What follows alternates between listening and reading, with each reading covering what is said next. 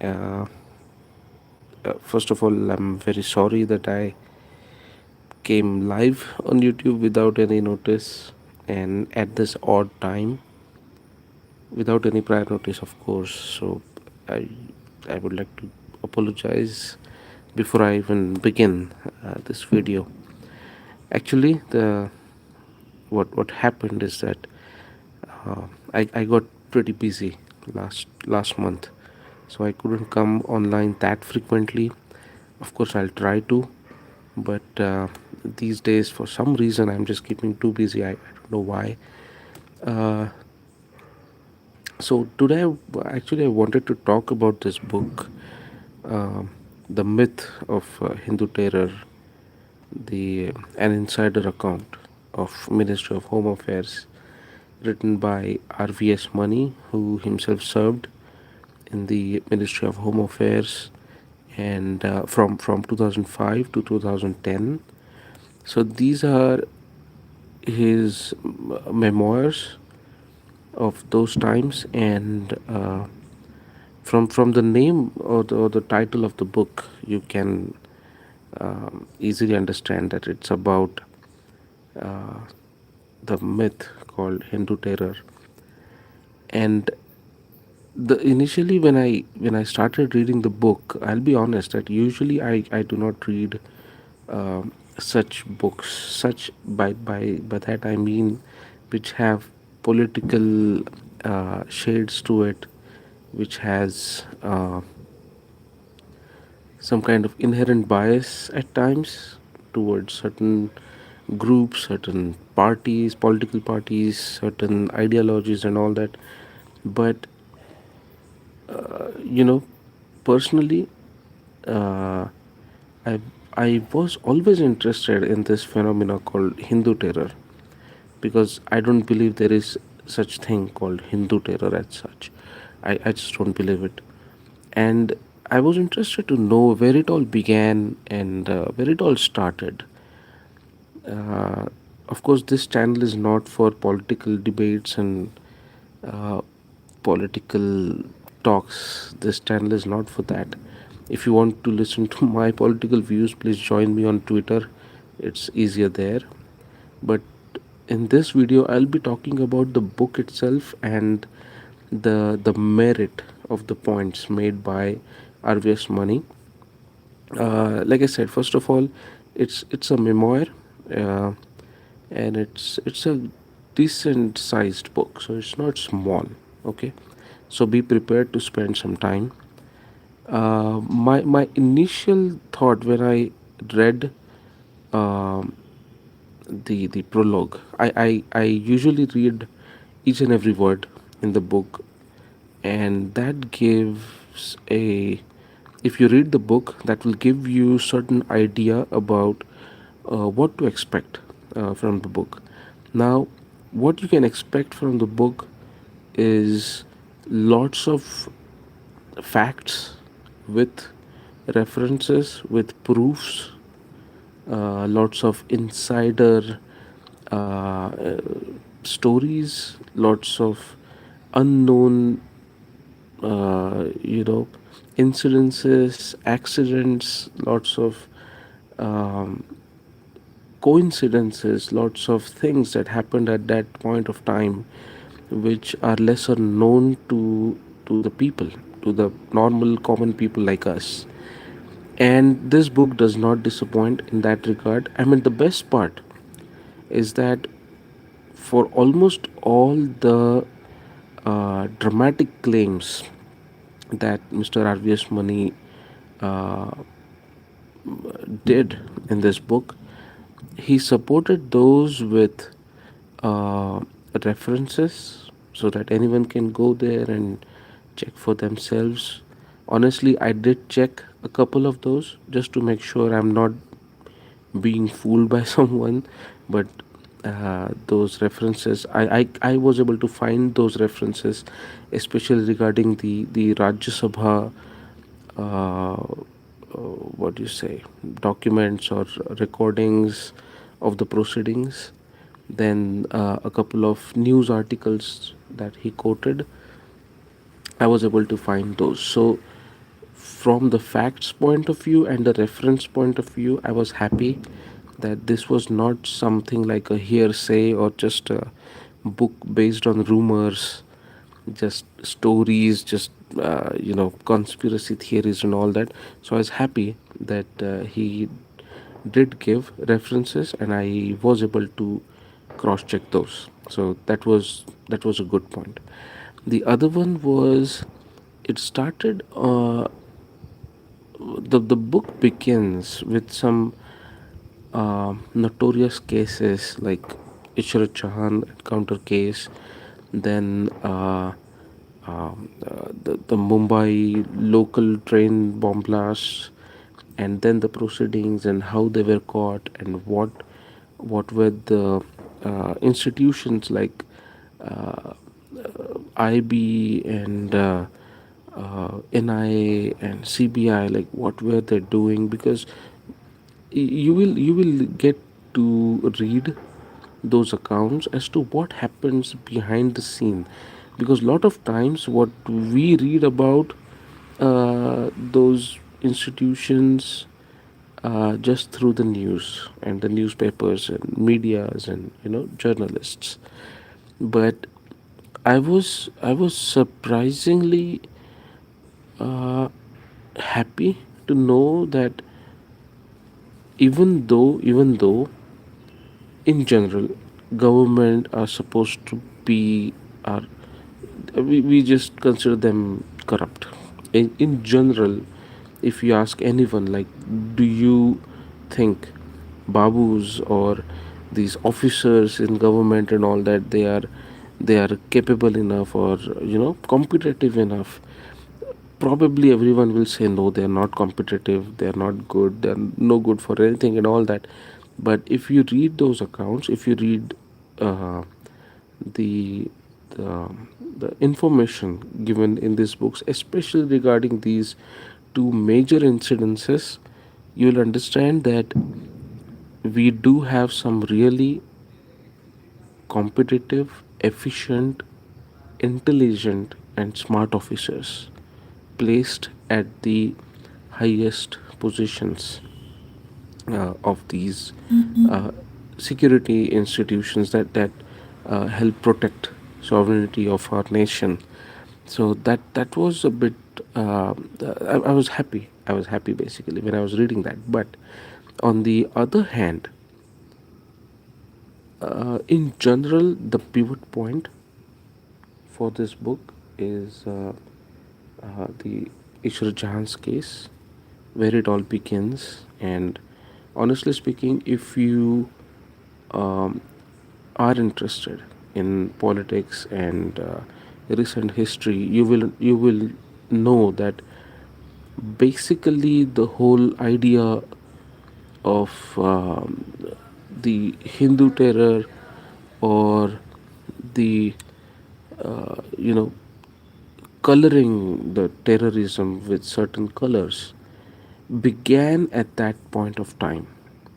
Like, there was Samjhota Express incidents, there was Ishwara Chahan case, and there was another alleged fake encounter case. I forgot the name. I mean, he was a terrorist basically, but this is the fun part. I'll talk about it. I'll talk about it in some time. Like, what do I feel about those? But these incidences are mentioned in detail in the book. So that's a good thing. Lesser known facts are there in the book. Uh, you'll get enlightened for sure. Then comes the point where I was shocked and I felt sad at the same time, to the almost to the point where I felt like, okay, this is getting slightly depressing, honestly, because I had no idea where it all began and how it began. There are He mentions the names of certain politicians. Okay, I will not reveal them. I would like you to read the book and come to your own conclusions and uh, join the dots. But RVS Money, sir, has clearly mentioned names of certain politicians, and one of them actually gave a speech in Rajya Sabha which talked about how 2611 was an insider job. This is the hilarious is the right word, but the incident was so sad for India. It was such a bad time for India. Basically, it's like for almost 8 to 10 years we had this terror incidences over incidences, one after another. There was no stopping them basically, and this politician just stands up and says, like, most probably a right wing organization is behind that. I mean, sorry, my language, but such a foolish statement to make without any proof. And it was not only about what politicians say in the Rajya Sabha, but since RVS Money was in Ministry of Home Affairs, they have to answer. They have to give and find and draft the answers for the ministers, because of course ministers don't have all the facts in hand. And if you know how our parliament works, members of parliament ask questions to these ministers and they have to give the answer and all that. So RVS Money was part of that team which drafted the answers, and that's where the the dark alleys and corridors of the powerhouse of New Delhi comes right in front of your face. Like, after some time, if you read the book, it just becomes okay, you got a question, throw an answer. Throw in an answer which is factually correct, but it does not reveal the truth.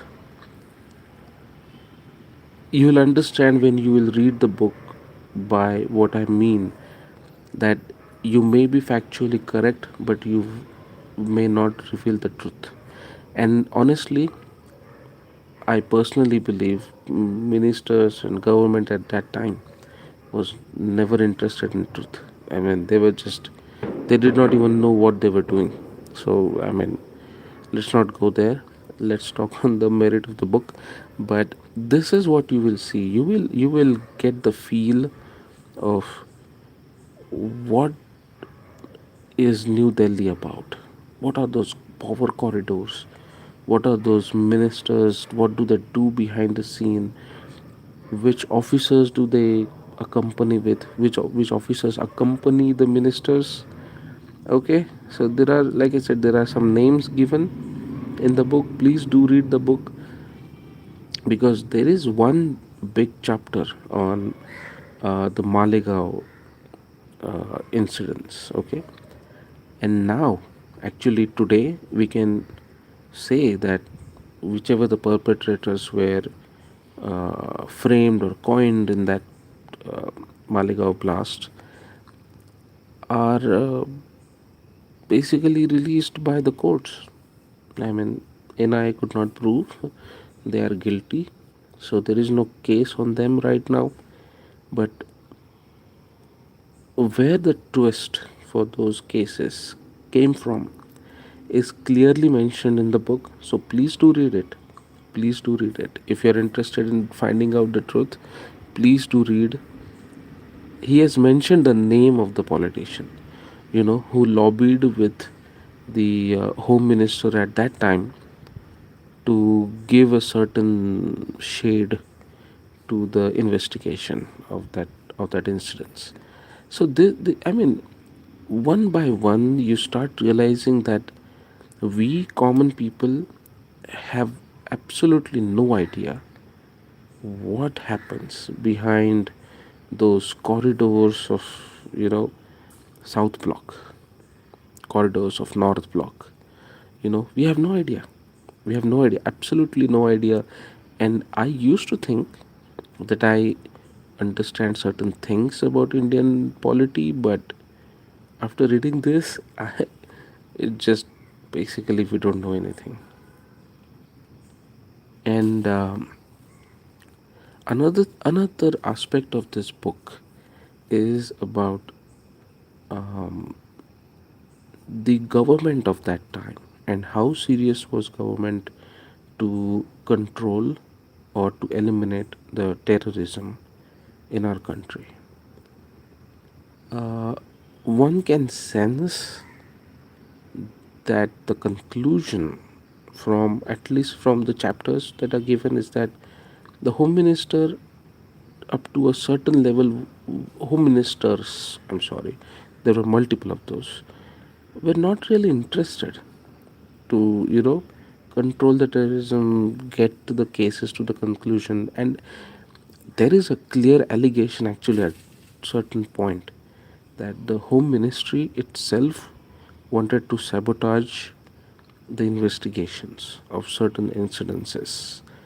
For example, Malegaon, then Ishrat Jahan case, then you have 2611 Mumbai. I mean, home ministry, the home ministers or the politicians basically wanted to sabotage the investigation. And since RVS Mani was in home ministry and was part of internal security team, he had the intels, he had the informations, and of course, not not everything can be on paper, right? Because then there will be no secrecy involved. But he has given clearly mentioned at certain points that these are some things that he heard from the colleagues. He doesn't claim directly that these are facts, but these are certain things he heard. So those are interesting parts as well. Now, can we treat them as truth? I don't know, because there are no reference points. But can we connect the dots? Of course, yes. If you know Indian history, if you know Indian polity, you can connect the dots pretty easily. There's nothing there. So this the half portion of the book was about incidences, the proofs, and he has given transcripts of speeches in the Lok Sabha, in the Rajya Sabha, you know, which are astonishing. Like, we do not even read those transcripts. Honestly, how many of us remember the speeches, answers, questions put forward in the parliament during the time of 2611? You know, and what people were talking about that. I just feel bad that people have like social services on the name of Ishrat Jahan, which, by the way, the courts admit that she was part of a sleeper terrorist cell. You know what? I mean, if you can't listen to the courts, God bless you. I can't help it. But that's where it is, and that's where my depression basically began. Is that even though everything is in the courts, even though everything is being proven, everything has been done, still there are people who are fiddling with the nonsense that goes around without any proof. Then comes the second half of the book, where RVS Mani talks about how it affected his life, personal life, professional life. Of course, there was going to be turmoil in his life. I mean, if you see like how many high-profile cases he was involved in, you know, I it it would have been surprising if uh, these incidences had not have any, you know, effect on his life. So he went through turmoil. He went through certain ups and downs. Like he got discouraged at times, and there is a very interesting incident of him being followed Now I will not reveal more than this. Please read the book, but there was, this is what he claims, okay? There are no because it's a claim, it's a theory, that's what he derived from his life experience, is that he was almost about to become a scapegoat or a ransom bait, basically. Fortunately, he came out of it. How, why, when? Please read the book for that. It's a very interesting coincidence, series of coincidences, basically. Oh yeah, one thing I forgot. Do you know when 2611 happened? Almost all secretaries from the Home Ministry were in Pakistan. They were supposed to come back at the night of 25th or early morning of 26th 11 in India, but for some reason some officer from Home Ministry, convinced everyone to delay their stay. And on that particular day, all these heavy big weight officers were taken to some remote place in Multan in Pakistan where there is no network connection. So think about it. One of the most important incidences that dealt with Home Ministry happened in India, and almost every big heavyweight officer of that ministry is in Pakistan. No one is available. By chance, RVS money was available, so he could witness everything. This was a news for me. This was shocking. This was shocking. Please do read book to know more about this. And do you know, or does anyone remember really, that when the attacks happened, there was a senior, uh, I guess, chief secretary or home secretary of Maharashtra present in Taj Hotel with two other politicians. Does anyone remember? I did not, and that's why I was shocked. Please do read the book again to know who they were. And here is a nugget. Okay, I'll just throw it. I don't want to reveal everything, but from the transcripts got from the communication of this terrorists from Taj Hotel with their handlers in Pakistan, they did mention about these politicians and officers present in Taj Hotel. The question is, who told them this? Who gave this information? RVS Mani also had expressed his doubts about the investigation, especially regarding how these 10 terrorists entered Mumbai. How did they enter? So, this is also an interesting chapter to read. Coming back to his personal life, he went through a lot of trouble because of, you know, standing by his position, standing by what he believed the truth was, you know, following the rules, following the manuals, not bending, crawling, just because some minister is saying so. Unfortunately, he lost his family members, you know, and I just got to feel, this is just my opinion, okay? This is just part of my review. First half of the book is more about incidences, the facts, the how the myth got created, how this word called Hindu terrorism was coined or framed, and how politicians and government and ministers of that time fanned this myth just to spread along and to use to their benefit for some reason and all that.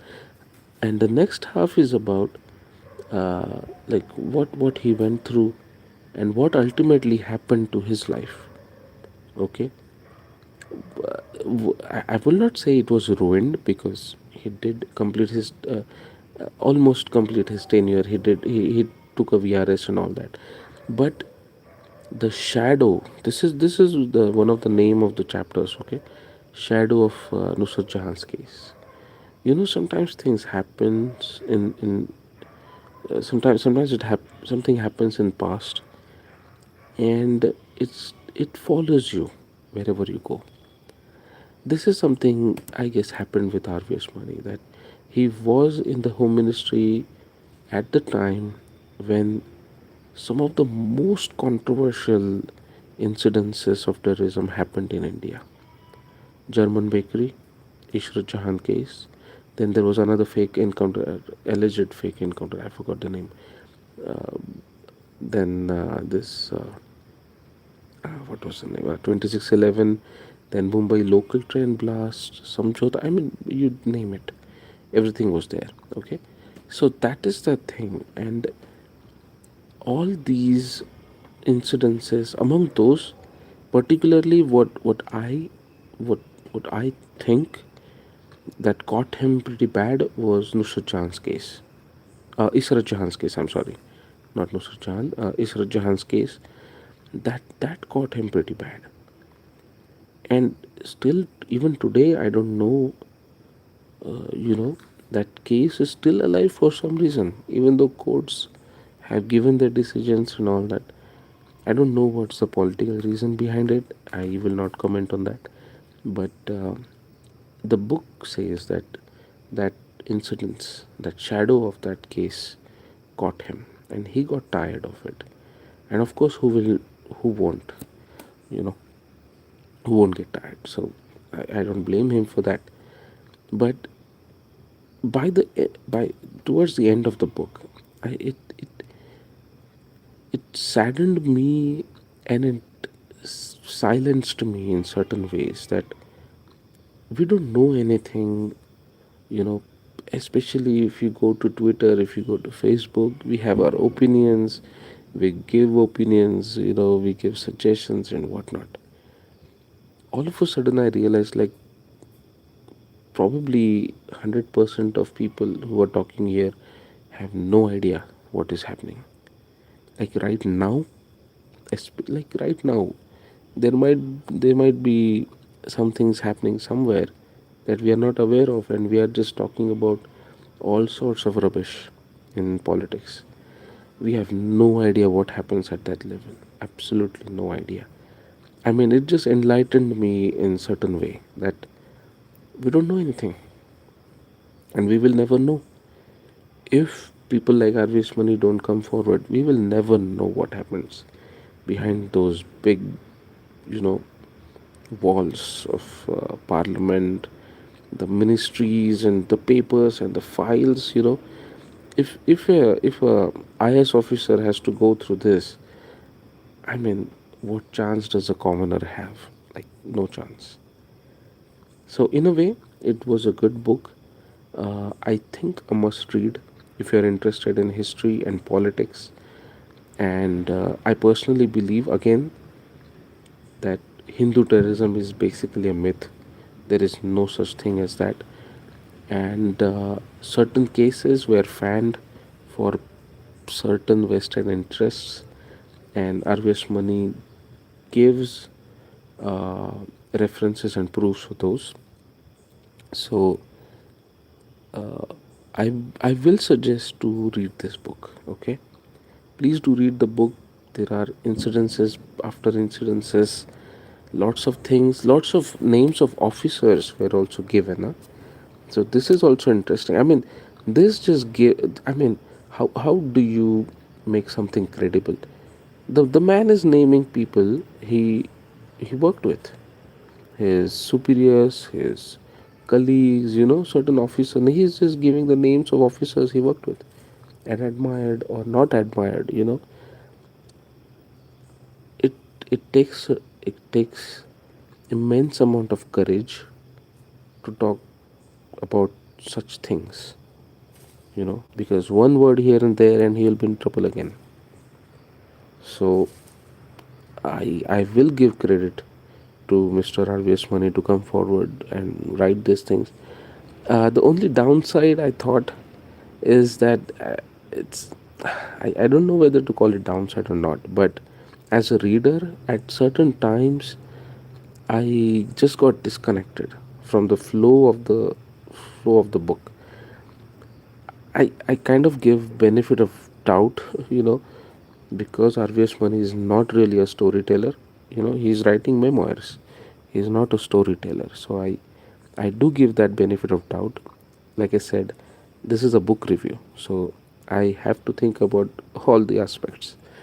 So I did lose momentum or speed, connection at times. Like, okay, where was I? What happened and all that.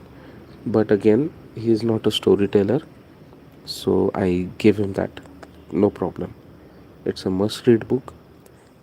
Please do read the book and let me know what do you think about my review and what do you think about the book as well. Again, I'm extremely sorry I came online without any prior notice, without any, uh, basically intimation, nothing like that. And at odd time as well. This is like midnight, so I'm very sorry for that. I'll try to come at certain convenient time, and I'll see you again. So I was happy to see everyone who came online. Thank you all for your support. And like I said, please do read the book and let me know what you think about the book, about the topics, and about this review as well. And if you have any suggestions, please do let me know. If you like the video, please pass on. Please do hit like and share, and help me out spreading the word. Again, thank you very much. Have a good night and see you soon.